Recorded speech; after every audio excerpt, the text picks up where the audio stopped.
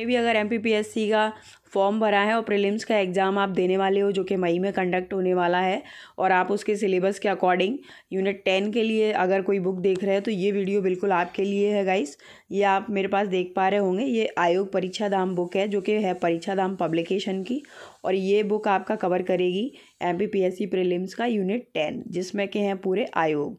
और ये आयोग इस बुक को यहाँ पे रिव्यू करने का एक कारण और था गाइस, इनकी जो किताबें हैं दूसरी भी सब्जेक्ट की हैं, जैसे MP है कंप्यूटर जो लेटेस्ट आई है बुक, तो उनमें गलतियां बहुत कम है। और इस बुक में भी मैंने इसमें 2-3 आयोग पढ़े, जैसे कि निर्वाचन आयोग और एक दूसरा जो एक MPPSC के लिए जो आयोग है वो, तो ये दोनों आयोग पढ़े तो उनमें मिस्टेक्स नहीं है बिल्कुल भी, और बिल्कुल न के बराबर इसमें आपको मिस्टेक्स मिलेंगी। तो ऑथेंटिक डाटा के साथ ये बिल्कुल फैक्चुअल डाटा है और ये उस तरीके से ये बुक पूरी डिज़ाइन की गई है, मतलब कि कंटेंट इसमें प्रोवाइड कराया है।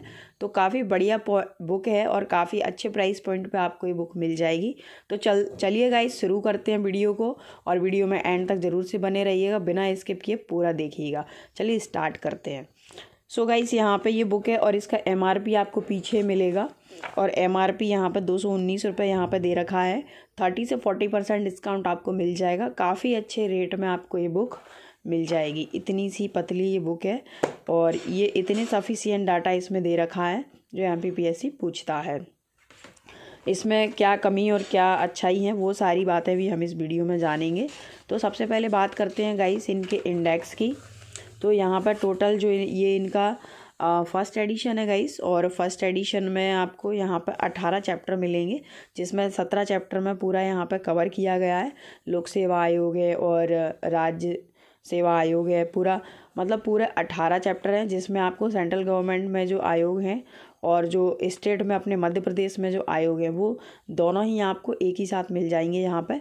फिर लास्ट वाला जो 18 नंबर का जो इंडेक्स में चैप्टर दिया हुआ है इस आयोग फटाफट के नाम से, तो इसमें आपको 17 चैप्टर में जो हमने जितने भी आयोग पढ़े हैं उनका एक क्विक रिवीजन मिल जाएगा, और वो क्विक रिवीजन 5 पेज का यहाँ पे देखने को मिलेगा। देखिए 175 से 180 तक, और वो इतना अच्छा है गाइस कि अगर हमने पूरा पढ़ लिया है ना तो उन 5 पेजों से हमारा पूरा डाटा जो है माइंड में पूरा लॉक हो जाएगा। इतने अच्छे से वहाँ से आप रिवीजन कर सकते हो। सो गाइस बात करते हैं इसके पहले चैप्टर की। तो यहाँ से आयोग ये शुरू हो जाता है, और आयोग आप देख पाएंगे, थोड़ा सा मैं आपको जूम करके और दिखा दूँ। सो गाइस यहाँ पे पूरा दे रखा है कि आयोग की प्रकृति क्या है, संवैधानिक है या असंवैधानिक या गैर संवैधानिक है, और पूरा सबसे पहले यहाँ पे यही दिया गया है कि आयोग कैसा क्या है। और इसके बाद मतलब यहाँ पे ये पहला जो पेज है ना गाइस वो इस चीज़ का है कि संवैधानिक संस्थाएं कौन सी हैं, गैर संवैधानिक कौन सी हैं, सांविधिक और संवैधानिकतर संस्थाएं कौन सी हैं। तो ये पूरे आयोग वहाँ पे डिटरमाइन करके दे रखे हैं, मतलब कि पूरा जैसे राज्य स्तरीय आयोग कौन कौन से आएंगे संवैधानिकतर संस्थाओं में, तो आप देख पाएंगे कि राज्य मानवाधिकार महिला, आपको मतलब जैसे अगर कन्फ्यूजन रहता है कि सांविधिक आयोग कौन से ये भूल जाते हो, तो देखिए ये सारे जो संविधान में जिनका उल्लेख है वो सारे आयोग ये संवैधानिक संस्थाएं हैं, ये यहाँ पर दिया गया। जैसे कि ये पूरे निर्वाचन आयोग है, चुनाव आयोग, लोक सेवा कैग का है ना। और उसके बाद ये सांविधिक हैं, है ना, जिनका वर्णन संविधान में नहीं है बल्कि उनको अलग से बनाया गया है कोई कानून बनाकर। तो वो कितने हैं वो सारे दिए गए हैं, जैसे यहाँ पर पूरी लिस्ट दे रखी है, जैसे मानवाधिकार महिला आयोग, केंद्रीय सूचना आयोग, ये सारे। फिर संवैधानेतर कौन से हैं जो संविधान में नहीं है और संविधान के आदर्शों का पालन नहीं करता है, तो जैसे नीति आयोग है, योजना आयोग है, और ये पूरा राज्य का और सेंट्रल गवर्नमेंट का। फिर यहाँ से जो चैप्टर है वो चालू हो जाता है भारत का निर्वाचन आयोग। और निर्वाचन आयोग आप देख पा रहे होंगे, मतलब डाटा तो सारी बुक प्रोवाइड कराती हैं, बट एक जो मतलब तरीके से जो फ्लो चार्ट में या जो माइंड कैप्चर कर सके वैसा कंटेंट प्रोवाइड कराना काफ़ी मुश्किल होता है। बुक्स में क्या रहता है, लाइन टू लाइन पूरा डाटा दिया रहता है, बट इस बुक में क्या है, प्रिंटिंग एक तो बहुत अच्छी है, ब्लर नहीं है, क्लीन बिल्कुल प्रिंटिंग है। इसके साथ में फॉन्ट साइज़ देखिए कितना अच्छा है ना, आपकी आंखों में जोर नहीं पड़ेगा। दूसरा इसमें जो कंटेंट है वो कितना कलरफुल प्रिंटिंग में प्रोवाइड करा है। अब आप बोलते हो, जो भी वीडियो देखते हैं बहुत से व्यूवर्स बोलते हैं कि उसको क्या चाटेंगे, क्या अचार डालेंगे, ऐसा नहीं है। अगर प्रिंट क्वालिटी अच्छी है तो पढ़ने में मन लगता है। आपने देखा होगा जैसे कि एक आचरण पेपर आता है, उसकी पेपर क्वालिटी प्रिंट क्वालिटी दोनों रद्दी रहती है, मेरा तो उसको पढ़ने का भी मन नहीं करता है ना। दूसरा टाइम्स ऑफ इंडिया है, जनसत्ता है, इनकी पेपर क्वालिटी प्रिंट क्वालिटी आप देखिए। तो यहाँ पर मेरा बोलने का मतलब ये है कि यहाँ पर जो प्रिंट क्वालिटी है ना वो बहुत अच्छी है। फिर आप देखेंगे साथ में तो पूरा 4 पॉइंट में पूरा यहाँ पर कवर किया है। देखो तो संविधान में जो भारत का निर्वाचन आयोग है वो आर्टिकल 324 से शुरू हो जाता है। संवैधानिक संस्था है, भारत निर्वाचन आयोग का प्रावधान है। फिर यहाँ पे स्थापना तो पूरे बुलेट पॉइंट्स में मतलब बड़े बड़े उसमें दिया हुआ है बॉक्सेस में। तो 25 जनवरी 1950 को मुख्यालय दिल्ली में पूरा 1 to 1 संरचना 1+2 वाली, कार्यकाल 665 है ना। नियुक्ति कौन करेगा? राष्ट्रपति करेगा। वर्तमान में कौन है? तो ये भी उन्होंने पिक्चर दे रखा है कि ये हैं राजीव सुकुमार है ना। पहले कौन से थे? सुकुमार हैं। फिर यहाँ से आ जाता है इनका पूरा कार्य पूरे बुलेट पॉइंट में, मतलब ज़्यादा रट्टा नहीं मारना है, बिल्कुल प्रीलिम्स के हिसाब से बुलेट पॉइंट में दिया हुआ है। फिर यहाँ पे स्पेशल कौन सा है? तो समिति वगैरह जो भी स्पेशल है, जैसे वोट देने का अधिकार है, ये एक कॉमन सी बात है, हमको पता होना चाहिए, हम तैयारी नहीं भी कर रहे तो भी। तो आर्टिकल 326 में वोट देने का अधिकार। देन इसके बाद आप देखेंगे भारत का निर्वाचन आयोग यहाँ से शुरू हो जाता है और समाचार पन्नों से यहाँ पर 22-24 में जो भी अपडेट है वो यहाँ पर दिया गया है। फिर नियुक्ति एवं कार्यकाल तो ये पूरा डिटेल में दिया है, डिटेल में बुलेट पॉइंट में यहाँ पर पूरा डाटा कवर किया है। और देखिए यहाँ पे मतलब निर्वाचन आयोग की संरचना कैसी कैसी रही। 1950 से 1989 तक एक सदस्य था। फिर 1989 से 1990 तक 3 सदस्य हो गया, 3 पर्सन हो गया, 3 मेंबर। फिर 1990 से 1993 में 1 हो गया और 1993 से अब तक क्या है तो 3 सदस्य चल रहा है। बट अगर इसमें 3 सदस्य में इसमें डेट भी मेंशन करते तो ज़्यादा अच्छा होता बाकी, लेकिन आप खुद से भी उसमें 16 सितंबर ऐड कर सकते हो, 16 अक्टूबर आप ऐड कर सकते हो खुद से, ठीक है। फिर कौन से नंबर के यहाँ पे इसके निर्वाचन आयुक्त थे, मुख्य निर्वाचन आयुक्त तो 25 नंबर के हैं राजीव कुमार।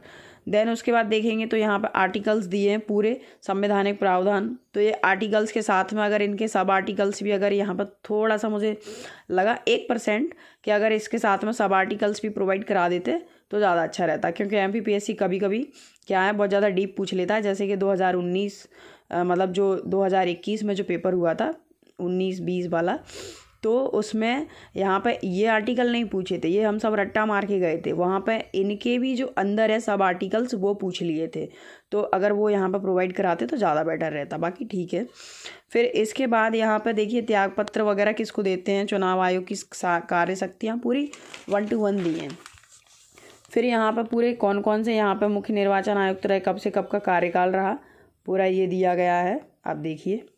और यहाँ पर चुनाव में प्रयुक्त होने वाली स्याही तो सिल्वर नाइट्रेट से बनी होती है, ये पूरा इसके बारे में भी दिया है। और देन उसके बाद ये जो चुनाव आयोग मतलब जो ऐप बनाए हैं CVGIL ऐप वगैरह, उनके बारे में यहाँ पर दिया है। और 3 तरह के मतदाता होते हैं, ये अभी तक मैंने किसी भी बुक में नहीं पढ़ा, सामान्य मतदाता और सर्विस वोटर्स, लेकिन ये मुझे मालूम था क्योंकि मैं खुद भी सर्विस में हूँ, तो हम पहले से वोट दे आते हैं, तो उसमें सर्विस वोटर के नाम से हम आते हैं। देन मतलब हालांकि ये रहता तो आर्मी वगैरह के लिए है, लेकिन अगर इलेक्शन में ड्यूटी लगती है तो आपको फिर 1 दिन पहले जो वोटिंग कराते हैं 1-2 दिन पहले, उसमें आप वोट डाल के आ सकते हैं, क्योंकि आपको निर्वाचन वाले दिन अपनी ड्यूटी करनी है इसलिए। तो ये 3 तरीके से ये पूरा वहाँ पर डिफ़ाइन करा है, परिसीमन आयोग यहाँ पर दिया है और आर्टिकल वगैरह भी दिया है उसका। देन यहाँ पे इलेक्ट्रॉनिक वोटिंग मशीन आप देखेंगे उसके बारे में दिया है, कब कहाँ से कैसे विकास हुआ। फिर यहाँ पे VVPAT के बारे में दिया है, voter verified paper audit trial, और यहाँ पर कुछ संभावित मतलब यहाँ पे फैक्चुअल डाटा दिया हुआ है। देन यहाँ पर चुनाव सुधारों के लिए जो समितियाँ बनी हैं उनके बारे में दे रखा है, जो कि काफ़ी इंपॉर्टेंट है। राइट टू रिकॉल क्या है ये पूरा, और क्या है पिंक बूथ मतलब जहाँ पर क्या होता है कि महिलाएं काम करती हैं, तो उसके बारे में दिया है। पूरी ये नेशनल पार्टी हैं, 8 की 8 के बारे में चित्र द्वारा दर्शाया गया है, किसका क्या चित्र है, कब बनी और उसके जो फाउंडर हैं वो कौन है। तो ये पूरा यहाँ पर राष्ट्रीय दल दिए गए हैं गाइस। और वीडियो हो सकता है थोड़ा सा लंबा हो जाए क्योंकि हम डीप में इसका आपको बता रहे हैं, सो आप बोर मत होइएगा। चुनाव कितने प्रकार के होते हैं? आम चुनाव, उपचुनाव, मध्यवर्ती चुनाव और स्थानीय निकाय के चुनाव, ये आपने देखा होगा। आम चुनाव तो आपने जानते ही होंगे जब सांसद का चुनाव होना होता है और अपन विधायक चुनते हैं तो उसको आम चुनाव बोला जाता है। उपचुनाव या कोई मर जाता है तो वहाँ पे मतलब री इलेक्शन होता है उसी सीट पे, तो वो उपचुनाव मध्यवर्ती चुनाव फिर यहाँ पे भंग हो जाती है अगर संसद या विधानसभा मतलब लोकसभा या विधानसभा तो। और इसके बाद स्थानीय निकाय के मतलब जो लोकल बॉडीज़ के जो चुनाव होते हैं, नगर पालिका और ये अपनी पंचायत वगैरह के। देन इसके बाद आगे पूरा यहाँ पे ये ख़त्म हो जाता है और यहाँ पे शुरू हो जाता है मध्य प्रदेश का राज्य निर्वाचन आयोग।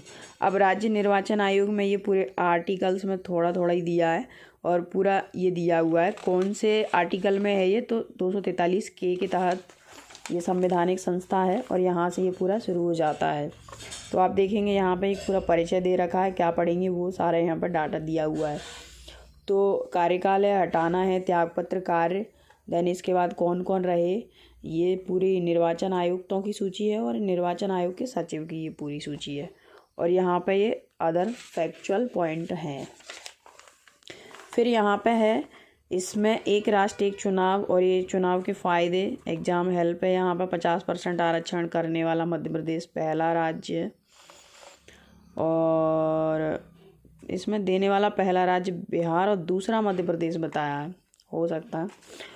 और इसके बाद फिर यहाँ पर पूरा ये एक टेबल फॉर्म में तुलनात्मक अध्ययन दिया हुआ है भारत के निर्वाचन आयोग से मध्य प्रदेश के निर्वाचन आयोग से, तो वो आपको याद करने में काफ़ी अच्छा रहेगा। देन यहाँ पे कन्फ्यूजन पॉइंट, तो कन्फ्यूजन पॉइंट मतलब किस में आपको कन्फ्यूजन रहता है वो यहाँ पे दे रखा।